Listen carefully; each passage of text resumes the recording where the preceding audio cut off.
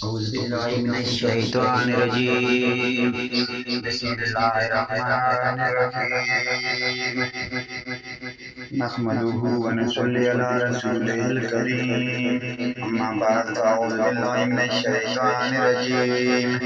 بسم الله الرحمن الرحيم. اللہ تبارک و تعالیٰ کا لاکھ لاکھ شکر ہے کہ اس نے اپنے خاص فضل و کرم سے ہمیں اپنے پیارے محبوب صلی اللہ علیہ وآلہ وسلم کی امت میں پیدا فرما کر ہر طرح کی نعمتوں سے نوازا ہے۔ حضرین کرام، ماہ محرم کی بہت بڑی فضیلت ہے۔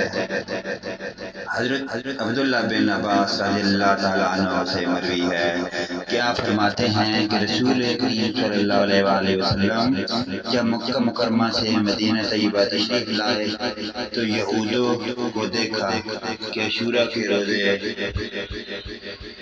رکھتے ہیں۔ آپ نے ان سے پوچھا کہ یہ کیا ہے، تو انہوں نے کہا کہ یہ اچھا دن ہے، اسی دن اللہ پاک نے حضرت موسیٰ علیہ السلام اور بنی اسرائیل کو ان کے دشمنوں سے نجات دی، اور انہوں نے روزہ رکھا۔ اس وقت حضور اکرم صلی اللہ علیہ وآلہ وسلم نے فرمایا کہ تم سے زیادہ ہم موسیٰ علیہ السلام کو ماننے والے ہیں، بس آپ نے روزہ رکھا اور رکھنے کا حکم فرمایا۔ حضرت ام المومنین عائشہ صدیقہ رضی اللہ تعالیٰ عنہ فرماتی ہیں کہ فرضیت رمضان سے قبل عاشورے کے دن روزہ رکھا جاتا تھا۔ جب رمضان نازل ہوا تو حضور اکرم صلی اللہ علیہ وآلہ وسلم نے فرمایا کہ اب جو چاہے عاشورے کا روزہ رکھے اور جو نہ چاہے نہ رکھے۔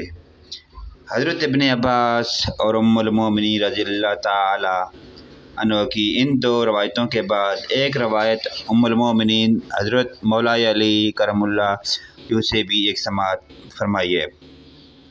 آپ فرماتے ہیں کہ رسول کریم صلی اللہ علیہ وآلہ وسلم نے ارشاد فرمایا، اگر تم ماہ رمضان کے علاوہ روزہ رکھنا چاہتے ہو تو عاشورے کا روزہ رکھو، کیونکہ یہ اللہ پاک کا مہینہ ہے۔ اس میں ایک دن ایسا ہے کہ جس میں ایک قوم کی توبہ اللہ پاک نے قبول فرمائی اور دوسری قوم کی توبہ قبول فرمائے گا۔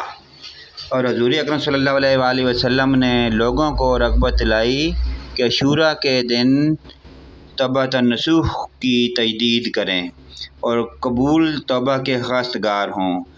پس جب اس دن اللہ پاک نے عز و جل نے اپنے گناہوں کی مغفرت چاہی تو اللہ تعالیٰ اس کی توبہ ویسے ہی قبول فرمائے گا جس طرح ان سے پہلوؤں کی توبہ قبول کی۔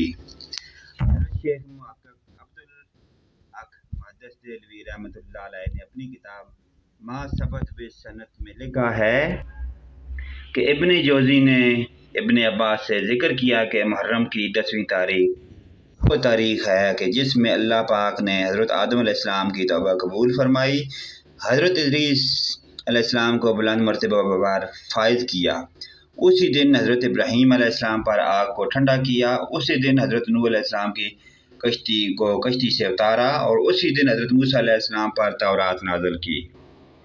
حضرت یوسف علیہ السلام اسی دن قید خانے سے باہر آئے اور حضرت یعقوب علیہ السلام کی بینائی واپس آئی، سبحان اللہ، اور اسی دن حضرت یونس علیہ السلام کو مچھلی کے پیر سے نکالا گیا۔